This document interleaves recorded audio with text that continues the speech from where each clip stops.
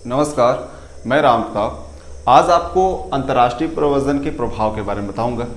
यहाँ पास देखेंगे आप अंतर्राष्ट्रीय प्रव्रजन को, तो इसके कुछ लाभ हैं तो कुछ हानियाँ भी हैं, कुछ फायदे हैं तो कुछ नुकसान भी हैं। ठीक है, तो ये सारी चीज़ें जो है लाभकारी प्रभाव और ये हानिकारक प्रभाव है। और हाँ, एक बात कहना चाहता हूँ, जो इस चैनल पे नए हैं वो प्लीज़ इस चैनल को सब्सक्राइब कर लें, बेल आइकन है उसे प्रेस कर दीजिएगा ताकि नेक्स्ट वीडियो जब भी अपलोड की जाए तो आपके पास नोटिफिकेशन पहुँच जाए। तो चलिए आइए देख लेते हैं। लाभकारी प्रभाव, बेरोजगारी में कमी। अंतर्राष्ट्रीय प्रव्रजन के कारण होता क्या है कि बेरोजगारी में कमी आती है। जैसे भारत के लोग हैं, अभी इससे पहले मैं आपको बताया था, इससे पहले वाली वीडियो में बता चुका हूँ, 1.75 करोड़ लोग जो हैं वो प्रवास करके विदेशों में चले गए हैं। वो वहाँ काम कर रहे हैं, कुछ लोग स्थायी रूप से बस गए हैं तो कुछ लोग आते जाते रहते हैं। ठीक है, तो अगर इतने लोग भारत में रहते तो भारत में बेरोजगारी नहीं बढ़ जाती। अगर ये बाहर चले गए तो ठीक है, तो बाहर चले गए हैं तो बेरोजगारी में कमी आई है। अगर जितनी बेरोजगारी है उससे भी ज़्यादा हो जाते। अभी देखे होंगे लॉकडाउन में जो है बाहर से लोग भी आए हैं जो विदेशों से, तो अब तो सरकार की और बड़ी चुनौती हो गई है कि अब उनको रोजगार कैसे दिया जाएगा।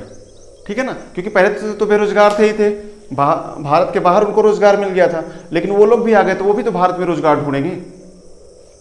तो ये सारी चीजें जो है इसमें देखेंगे आपकी बेरोजगारी में कमी आएगी या कमी है। किसके कारण? प्रव्रजन के प्रभाव। दूसरा, विदेशी विनिमय। अब देखेंगे कि भारत के जो लोग हैं वो बाहर कमा रहे हैं विदेशों में, वहां से पैसा भारत में भेजते हैं, तो इससे जो है आप देखेंगे कि विनिमय दर में आसानी होती है, एक्सचेंज रेट में आसानी होगी। आप देखेंगे विनिमय दर जो है उसमें सुधार होगा। कैसे? आप देखेंगे कि जो सरकारी पैसे भेज रहे हैं भारत में, तो भारत के पास जो है वो विदेशी पैसे का जो भंडार है, विदेशी मुद्रा भंडार, वो बढ़ेगा। आपको पता ही है कि भारत के बाहर जो देखा जाए लेन देन जो होता है, विश्व में जो वस्तुएं क्रय विक्रय करते हैं वो भारतीय रुपए में नहीं होता। ठीक है, वो डॉलर में होता है। तो अब जो है आप देखेंगे वो विदेशी रुपए में होगा, तो उसके लिए पैसे की जरूरत है, तो वो मुद्रा होनी चाहिए ना आपके पास। अगर नहीं भी होगी तो पैसे को कन्वर्ट कराना पड़ेगा पहले। अगर मान लीजिए हम जो है श्रीलंका से ही व्यापार कर रहे हैं तो हम पैसे देकर रुपए नहीं देंगे, उसको विदेशी मुद्रा ही देंगे। ठीक है ना, इसके लिए ही हम क्या करते हैं कि अगर श्रीलंका से हम व्यापार कर रहे हैं तो उनसे हम चाय ले लिए, नारियल दे दिए उनको। ठीक है, तो कुछ भी चीज़ें हम लेते देते रहते हैं, तो ये से हिसाब से बन जाता है वहाँ। लेकिन यहाँ पास देखेंगे विदेशी विनिमय जो है करने में आसानी होती है, क्योंकि बाहर का पैसा भारत में आता है तो विदेशी मुद्रा भंडार बढ़ जाता है। इसके कारण जो है देखेंगे कि हम उससे खरीदारी दूसरे देशों से कर सकते हैं। तो इस हिसाब से हमारा जो भुगतान संतुलन होता है वो जहाँ अधिक हद तक सही रहता है। ठीक है, तो ये ध्यान रख रहिएगा आप। अब भुगतान संतुलन होता क्या है? एक होता है व्यापार संतुलन, एक होता है भुगतान संतुलन। थोड़ी समझ लीजिए। जो भुगतान संतुलन है वो एक देश का अन्य देशों के साथ, अन्य सभी देशों के साथ जो जिसके साथ हम लेन देन कर रहे हैं उनका लेखा जोखा, उसको बोलते हैं भुगतान संतुलन। व्यापार संतुलन क्या है? एक देश का अन्य देश के साथ जो है लेन देन को देखेंगे वो भुगतान संतुलन कहलाएगा। जैसे व्यापार संतुलन कहलाएगा। जैसे अगर भारत का व्यापार अमेरिका के साथ है, अगर मान लीजिए 100 रुपये का हमने आयात किया, 100 रुपये का निर्यात किया, ये जो है व्यापार संतुलित हुआ ना, संतुलन हुआ। लेकिन एक देश का, भारत का अन्य सभी देशों के साथ जो एक वर्ष में लेन देन हुआ है उसको हम भुगतान संतुलन कहते हैं। भुगतान संतुलन इसलिए कहते हैं क्योंकि जो हम देखेंगे इसके लिए दो खाते होते हैं। ठीक है, एक आयात कर रहे हैं हम, एक निर्यात। अगर हम यहाँ से कुछ चीज़ें आयात किए बाहर से तो हम तो लिखे आयात में, लेकिन उसने लिख लिया निर्यात में अपने। दोनों खाते को मिलाते हैं तो दोनों खातों हमेशा बराबर दिखते हैं आपको, क्योंकि उसने तो अपने में लिखा कि हमने 100 का निर्यात किया, हम अपने पास लिख रहे हैं कि 100 का आयात किए हम। तो दोनों को अगर देखा जाए तो दोनों खाते बराबर हमेशा संतुलित दिखते हैं, इसलिए भुगतान संतुलन कहते हैं उसको। ये ध्यान रखना, व्यापार संतुलन और भुगतान संतुलन में अंतर होता है। व्यापार संतुलन एक देश का अन्य देशों के साथ जो व्यापार संतुलित है उसको व्यापार संतुलन कहते हैं। मतलब 100 का आयात करें हम और उससे को 100 का निर्यात कर रहे हैं, ठीक है, वो व्यापार संतुलन हो गया। एक देश के अन्य सभी देशों के साथ जो लेन देन किए हमने वो जो है वो भुगतान संतुलन कहलाएगा। एक वर्ष में हमने अमेरिका से खरीदा, हमने ब्रिटेन से कुछ लिया, हमने रूस से कुछ लिया, ये सब मिला लेंगे तो आपको भुगतान संतुलन कहलाएगा वो।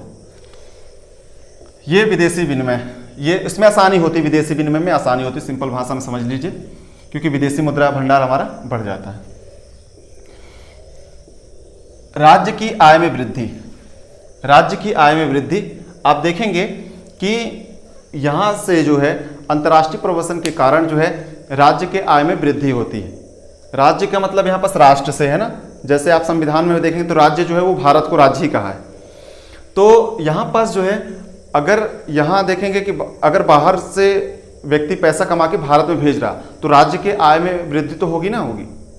उसके साथ ही साथ जिस राज्य में वो रह रहा है उस राज्य के भी देखेंगे तो हिस्सा बढ़ेगा, क्योंकि सीधी बात है, अगर देखें कोई यूपी का है तो यूपी का व्यक्ति है तो यूपी के पैसे, अगर राज्य को देखा जाए यूपी राज्य को, तो उसके हिस्से का पैसा बढ़ा, अगर पूरा मिला लीजिए तो भारत के हिस्से का बढ़ा, तो भारत के साथ साथ वो राज्य का भी बढ़ता है, ठीक है। तो उसके आय में क्या होती है, वृद्धि होती है, क्योंकि बाहर से कमा के पैसे कहाँ भेज रहे हैं, भारत में। जीवन स्तर में सुधार होता है। होता क्या है कि जो 200 रुपये कमा रहे हैं डेली उनके जीवन स्तर में, और जो बाहर जाके 2000 रुपये रोज कमा रहे हैं उनके जीवन स्तर में बहुत सुधार होता है, ठीक है ना। इनके में आप देखेंगे तो जीवन स्तर इनका निम्न होगा। जैसे अब जो है जो बाहर काम कर रहे हैं आप देखेंगे कि वो मलिन बस्तियों में रहते हैं, ठीक है, उनको स्वच्छ पानी नहीं मिलता, उनके पास जो है आप देखेंगे कि गाड़ी की सुविधा नहीं होती है, ठीक है। तो ये सारी चीज़ें जो है वो दिख जाएंगी आपको, जबकि ये लोग जो है उनके पास होता है ये सारी चीज़ें, ठीक है। जो देखेंगे आप जो इनके जीवन स्तर में, अब ये जो है घर खुद का बना लेंगे, ठीक है, ज़मीन ले लेंगे, ठीक है, साफ सफाई वाले एरिया में रहेंगे। ये सब किसके कारण हो रहा, पैसे के कारण, सब पैसे का ही तो खेल है ना। तो ये ध्यान रखे रहना है।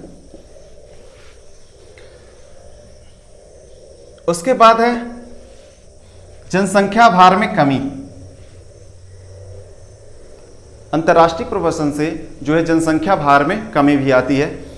जैसे भारत में आप देखेंगे कि 130 करोड़ लोग हैं, लेकिन इसमें से बहुत लोग, आपको बता ही दिया मैं कि 1.75 करोड़ जो है, भारत की जनसंख्या कितनी, 130 करोड़, उसके इतने लोग तो बाहर चले गए ना। अगर ये होते तो भारत में ही कहीं ना कहीं होते ना, तो इनका जो भार जो है बढ़ता, जनसंख्या का भार जो है बढ़ता।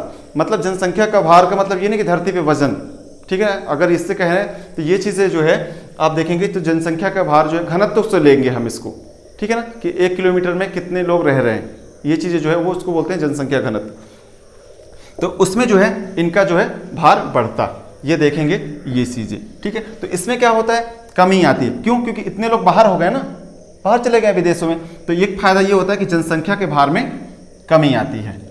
ये जो है रहा अंतर्राष्ट्रीय प्रव्रजन के लाभकारी प्रभाव या परिणाम कह सकते हैं। ये जो है हानिकारक प्रभाव, कुछ लाभकारी हैं तो कुछ हानि भी है। ब्रेन ड्रेन होता क्या है कि लोग भारत सरकार से पैसे लेंगे, राज्य सरकार से पैसे लेंगे, पढ़ाई करेंगे, सब कुछ करेंगे, और यहाँ का दिमाग जो चला जाएगा कहाँ, विदेशों में।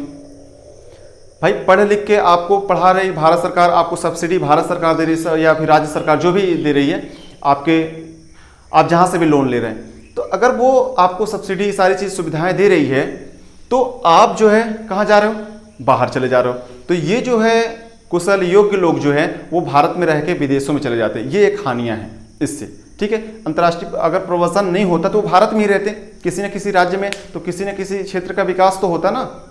लेकिन जो पढ़ लिख के और यहाँ से बाहर चले गए, आप देखेंगे तो इंजीनियरिंग, डॉक्टर, ये सारे लोग जो है कहाँ चले जाते हैं, विदेशों में, कि यहाँ पास कुछ नहीं है, वहाँ सब कुछ है, ये चीज़ें, ठीक है।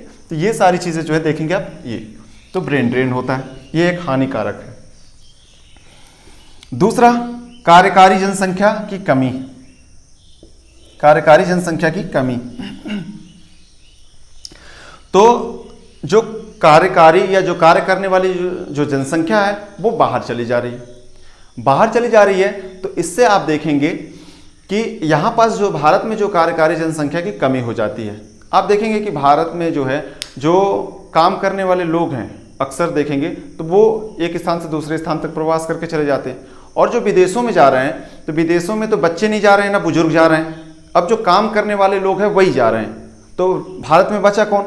उनके बच्चे बचे, उनके माता पिता बचे, तो बुजुर्ग और बच्चे ये लोग बचे जो काम तो नहीं करते। आप देखेंगे कि जो कार्यशील जनसंख्या वो प्रवास करके बाहर है, तो यहाँ पास कौन काम करेगा? तो ये भी चीज़ें जो है कार्यशील जनसंख्या या कार्यकारी जनसंख्या की कमी है, ये एक हानि है हमारी। ठीक है। एकल परिवार, इसमें एक हानि ये होती है कि जो पुरुष अंतर्राष्ट्रीय प्रवास करके चले जाते हैं कुछ समय के लिए काम करने के लिए, तो उनका जो परिवार है वो एकल परिवार हो जाता है। जैसे एक पुरुष महिला रह रहे हैं, उनके बच्चे हैं, ठीक है। अब पुरुष जो है वो बाहर चले गए हैं, तो अब जो महिला जो है अकेले रहीं, उनके बच्चे रहें, तो इनसे जो है असुरक्षा की भावना भी होती है, क्योंकि कोई पुरुष तो रहता नहीं है, महिला और बच्चे रहते हैं। तो इससे जो है देखेंगे ये भी एक हानियां हैं। ठीक है। एकल परिवार। अपमान, जो अंतर्राष्ट्रीय प्रवासी मजदूर होते हैं उनको जो है अपमान का सामना करना पड़ता है। कैसे? आप देखेंगे कि अगर यहाँ के लोग जा रहे हैं तो नस्लवाद का भेदभाव, पहली बात, वहाँ के अपेक्षा भारतीयों को कम वेतन देना, ठीक है, और इनको जो है जो सुविधाएं मिलनी चाहिए वो सुविधाएं नहीं मिल पाती हैं। आप देखेंगे कि वहाँ पास जो है राजनीति के भी शिकार होते हैं। हम सोचते हैं कि सिर्फ भारत में ऐसा है, तो ऐसा नहीं है, विदेशों में भी ऐसा होता है। ठीक है। अगर मान लीजिए चुनाव चल रहे हैं अमेरिका में, ठीक है, मान लीजिए अभी, तो देखेंगे कि वहाँ पास ये है कि बाहरी लोगों के लिए जो प्रवास करके गए हैं उनको बैन कर दिया कि वो लोग को काम नहीं मिलेगा। ठीक है। तो इस समय जो है जो उनको परेशानी तो हो रही ना, क्यों? क्योंकि सीधी बात है, आप बाहर के लोग तो बहुत कम है ना, बाहरी और भीतरी का नारा लगा दो तो उनको लगता है कि जो वहाँ पास लोग रह रहे हैं, अमेरिका में रह रहे हैं, उनको लग रहा है कि बाहर के लोग प्रवास करके आए हैं इसलिए हमको रोजगार नहीं मिलता। तो लोग सरकार से नाराज होते हैं कि ये सरकार जो है ऐसा कर रही है कि बाहरी लोगों को बढ़ा रही है, तो इनको हटाना है। तो अब सरकार जो है उनके वोट लेने के लिए क्या करती है कि हम बाहरी मजदूरों को भगा रहे हैं, अब उनको नहीं रखेंगे, ऐसा करेंगे वैसा करेंगे। ठीक है। इसके कारण भी उनको हानि होती है, भारतीयों को अक्सर ये चीजें होते हैं। ऐसी चीजें ही आप देखेंगे भारत में भी होती हैं। ठीक है। जब राष्ट्रीय प्रवसन देखेंगे तो वो भी प्रवासी मजदूरों का भी यही हाल है, अपमान होता ही है। ठीक है। आप देख लीजिएगा, क्यों? क्योंकि सीधी बात है, जिस राज्य में चुनाव होता है उस राज्य का फिर नारा अलग हो जाता है कि बाहरी जो लोग हैं उनको यहाँ पास रोजगार नहीं मिलेगा। ठीक है। और सिर्फ जो उस राज्य के लोग हैं उन्हीं को प्राथमिकता दी जाएगी, ये सारी चीजें की जाएंगी। तो प्रवासी मजदूर कहीं ना कहीं अपमानित तो होता ही। तो ये सारी चीजें जो है आप देखेंगे, जो सारी चीजें हैं यहाँ पास आपको दिख रही हैं, ये आप अंतर्राष्ट्रीय प्रवसन को देख रहे हैं। आप चाहें तो इसको राष्ट्रीय प्रवसन में भी बदल सकते हैं। ये चीजें आप देखेंगे तो भाई सीधी बात है, ब्रेन ड्रेन के लिए भी आप देख सकते हैं कि एक राज्य का जो है वहाँ पास पढ़ा बच्चा जो है वो जहाँ पास जो राज्य जो है विकसित है, जो राज्य जो है अधिक आगे हैं, उन्हीं राज्यों में जाते हैं। वो जो है गाँव में नहीं रहते। ठीक है। वो शहरों में प्रवास करके चले जाते हैं। तो जो लोग गांव से पढ़ के ये चीज़ें किए, पैसे दिए गए उनको पढ़ाने के लिए सरकार के द्वारा, अब वो लोग कहाँ चले जा रहे हैं? शहरों के दिन। तो गांव का विकास पिछड़ जाता है। ये भी चीज़ें हो जाती हैं। कार्यकारी जनसंख्या की कमी, गांव में जितने भी मजदूर हैं आप देखेंगे शहरों की तरफ भागते हैं, गाँव में मजदूरों की कमी है। तो यहाँ पास देखें एकल परिवार, तो गाँव को छोड़ के वो शहरों में जा रहे हैं, तो पुरुष चले जाते हैं क्योंकि खर्चे ज़्यादा होते हैं बाहर, क्योंकि सारी चीज़ें तो शहरों में खरीदनी होती है ना, तो वो अपना परिवार गांव में छोड़ के चले जाते हैं अपने माता पिता के पास कि यहीं रहो, और वो वहाँ। तो ये भी चीज़ें नुकसान है, एकल परिवार वहाँ भी होते हैं। आप अपमान का सामना आप देख लीजिए, यूपी बिहार के मजदूर जब महाराष्ट्र और गुजरात और यहाँ वहाँ जाते हैं तो क्या हाल होता है। तो ये चीज़ें ऐसा नहीं है कि आप जो है अंतर्राष्ट्रीय प्रवसन को अलग पढ़ रहे हैं, राष्ट्रीय प्रवसन को अलग पढ़ रहे हैं, दोनों को एक साथ पढ़िए, पूरी चीज़ें जो है एक साथ पढ़ लेंगे तो आप देखेंगे कि बहुत सारी चीज़ें मिलेंगी आपको, कॉमन रहेंगी वो चीज़ें। तो एक ही चीज़ को आप दो बार नहीं पढ़िए कि एक बार अंतर्राष्ट्रीय प्रवसन को पढ़ रहे हैं फिर राष्ट्रीय, सबको एक साथ पढ़ लीजिए तो आपको समझ में आ जाएगा कि अगर नहीं भी उसको पढ़ रहे हैं तो आप ये पढ़ लिए तो आपको काम कर जाएगा।